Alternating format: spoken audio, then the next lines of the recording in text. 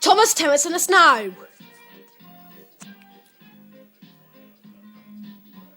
Bingo Star!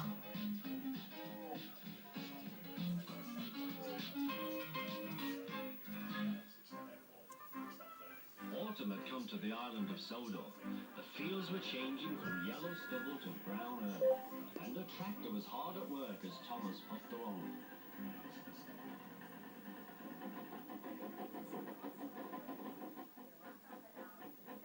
Later, Thomas saw the tractor close by.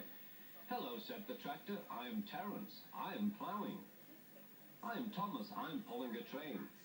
"What ugly wheels you've got." "They're not ugly. They're caterpillars," said Terence. "I can go anywhere. I don't need rails." "I don't want to go anywhere," said Thomas. "I like my rails, thank you." Thank you very much. Winter came with dark clouds full of snow. "I don't like it," said Thomas's driver. "A heavy fall is coming. I hope it doesn't stop us." "Huh," said Thomas. "Soft stuff, nothing to it." And he puffed on, feeling cold but confident. They finished their journey safely, but by now the country was covered. "You'll need your snowplow for the next journey, Thomas," said his driver. "Huh, snow is silly soft stuff. It won't stop me." The snowplow was heavy and uncomfortable and made Thomas cross. He shook it and he banged it, and when they got back, it was so damaged that the driver had to take it off. "You're a very naughty engine," he said to Thomas. Next morning, Thomas's driver and fireman came early and worked hard to mend the snowplow, but they couldn't make it fit. Thomas was pleased. "I shan't have to wear it. I shan't have to wear it," he puffed to Annie and Clarabelle. But they were rather worried. "I hope it's all right. I hope it's all right," they whispered to each other. The driver was worried too. "It's not bad here," he said to the fireman, "but it's sure to be deep in the valley." "Silly soft stuff," puffed Thomas. "I didn't need that stupid old thing yesterday, and I shan't today. Snow can't stop me." Uh-oh. He rushed into a tunnel thinking how clever he was, but there was trouble ahead.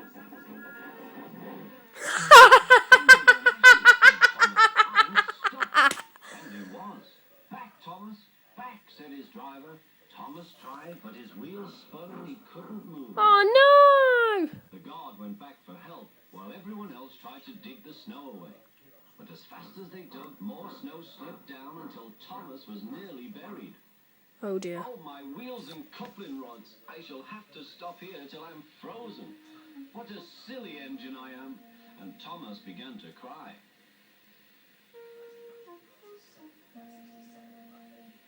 At last a bus came to rescue the passengers. And then, who should come to Thomas's rescue but Terence? Snow never worries him.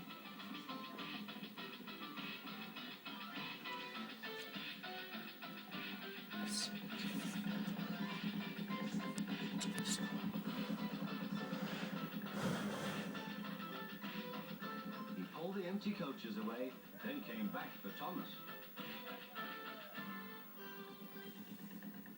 Thomas's wheels were clear, but still spun when he tried to move. Terence tugged and slipped and slipped and tugged, and at last dragged Thomas clear of the snow, ready for the journey home. Using strong ropes, Terence and Trevor pulled Bertie clear of the mud. "This will teach Bertie a thing or two," Trevor shouted to himself. At last, Bertie was on the road again.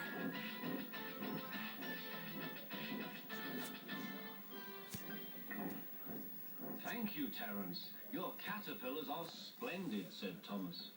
"I hope you'll be sensible now, Thomas," said his driver. "I'll try," said Thomas, and he puffed humbly away.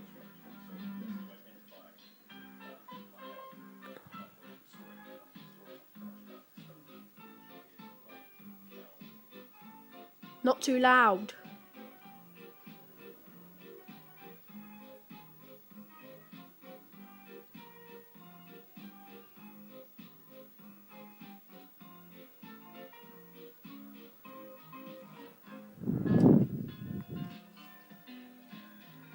Midtefällen om blok.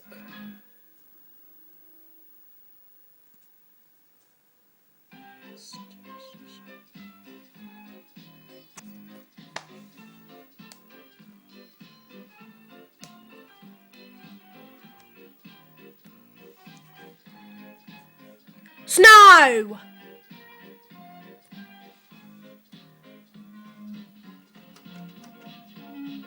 Hey, not bad.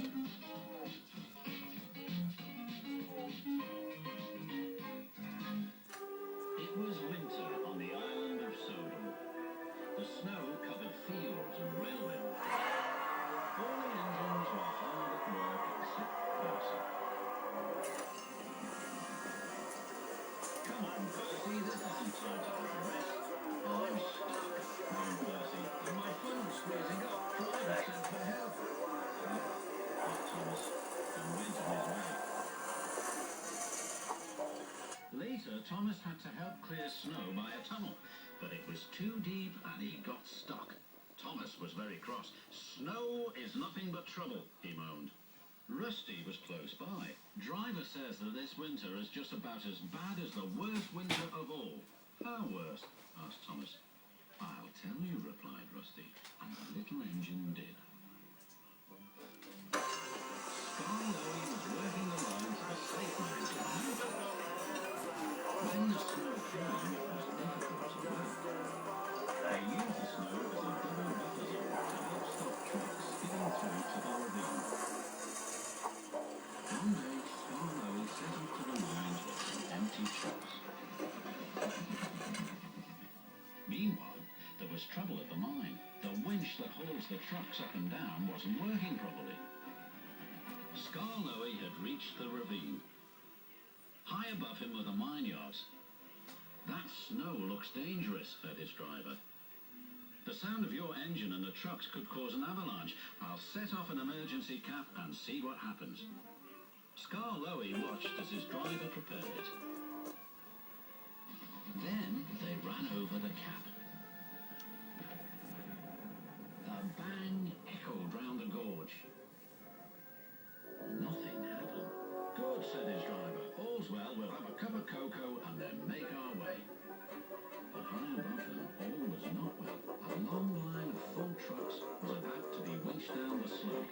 They had just started their journey when some empty trucks became derailed. The winch groaned. Break it! Snap it! Shouted the trucks. And they did. On, faster, faster, they giggled. The snowbank and buffers will stop him, said a workman. But he was wrong. The trucks plunged into the ravine. Oh dear. Uh-oh. Scarlowy and his driver heard the noise and looked up. Avalanche! They cried. Uh-oh. Oh dear.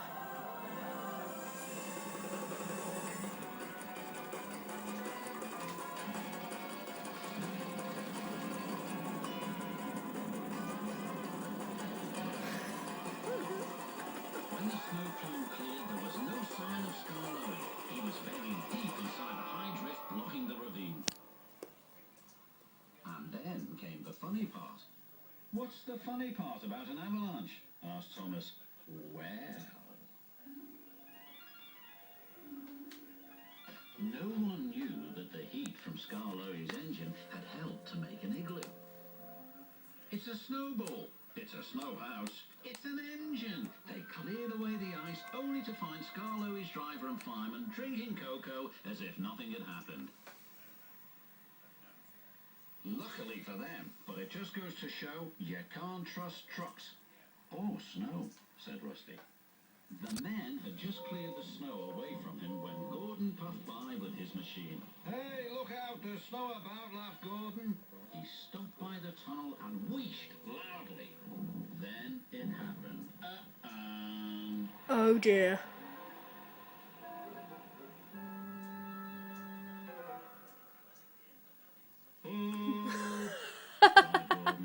If Scarlo survived a snowfall and laughed, surely a big proud engine like you can do the same, chuckled Thomas.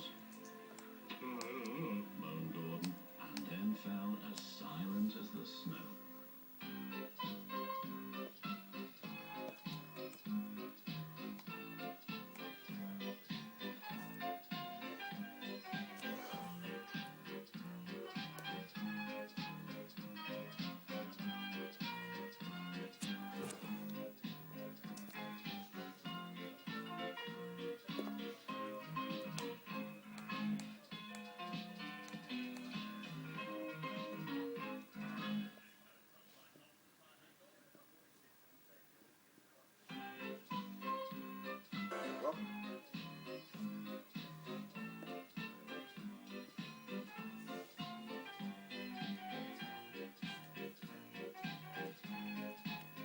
The Flying Kipper!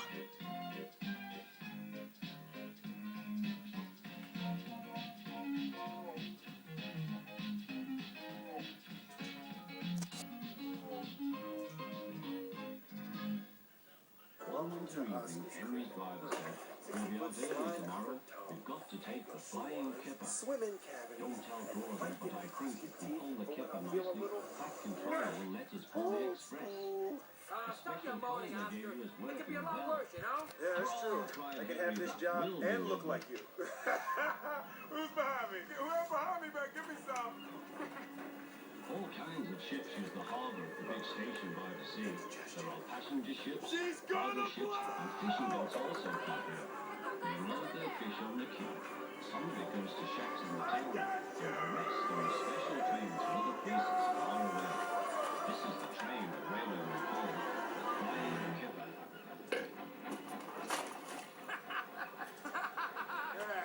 Henry was Still ready think at it 5 could be o'clock. worse? Yeah. There was I snow could look like frost. you.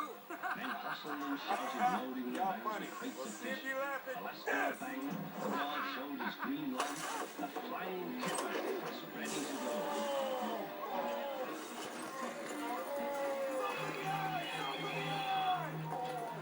You don't sing! Don't be silly. I've been looking for a job in this world. I should have making sure I was there. Take my ride. I'm a part-time service time spelling machine, and it's on no time for the gas to lead. So anything every day, I got me every watch we got. Get you right when I got it. I wanna be for the right. That's more than I'll ever see. 'Cause it's even a 60, 3.5, but you got the keys. Shut up and drive. Shut up and drive. And I'm a like love, you know that you look about that, you know, I love it, oh boy, I wish you would. So you didn't let me die, they got me every much, we got, get you right, what a guy, I wanna be, but the right, that's what I never see, 'cause it's even a 16, 3.5, but we all got the keys. Shut up and drive, shut up and drive. His driver prepared to stop, but the home signal was down. All clear, Henry. Away we go. Oh dear. They couldn't know the points from the main line to a siding were frozen, and the home signal should have been set at danger, but snow had forced it down. Oh, sorry. A goods train Oh, was sorry. waiting in the siding to let the Flying Kipper pass, and the driver and fireman were drinking cocoa in the brake van. "The Kipper is due," said the guard. "Who cares?" said the fireman. "This is good cocoa." The driver got up. "Come on, fireman, back to our engine." They got out just in time. Uh-oh.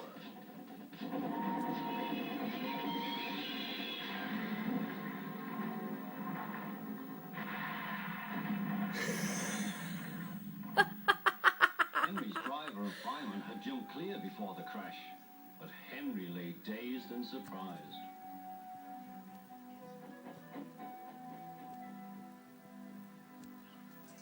The Fat Controller came to see him. "The signal was down, sir," said Henry. "Cheer up, Henry, it wasn't your fault. Ice and snow caused the accident. I'm sending you to Crewe, a fine place for sick engines. They'll give you a new shape and a larger firebox. You'll feel a different engine and won't need special coal anymore. Won't that be nice? Yes, sir, said Henry doubtfully.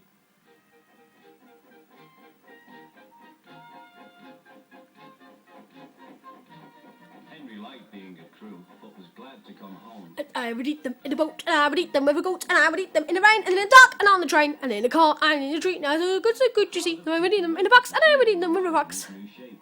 He looked so He will eat them in a box, and he will eat them with a ducks, and he will eat them in a house, and he will eat them with a mouse, and he will eat them here and there. Say